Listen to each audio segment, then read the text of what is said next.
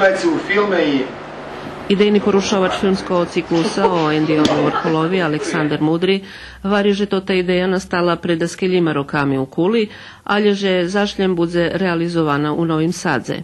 Perši 100 ciklusa, čija projekcija otrimana včera u Zavodze za kulturu vojvođanskih Rusnacoh, bulbaveni film Zivka zos fabriki o Idi Sedžvik, Warholovi muziji.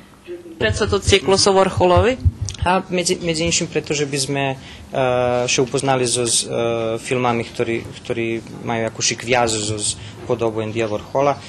Prek toho, že by sme še upoznali so samým Andyom, často še povolujeme na to, že on má ruské pochodzenje.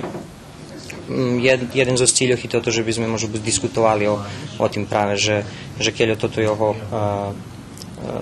pochodzenie vážne može biti za to tu jeho tvorčosť i či máme pravo uopšte ho trimati za svojo. Projekciji še predluža i idući štvrtkoh, a šljica za bilasom Andya Warhola i Absolut Warhola.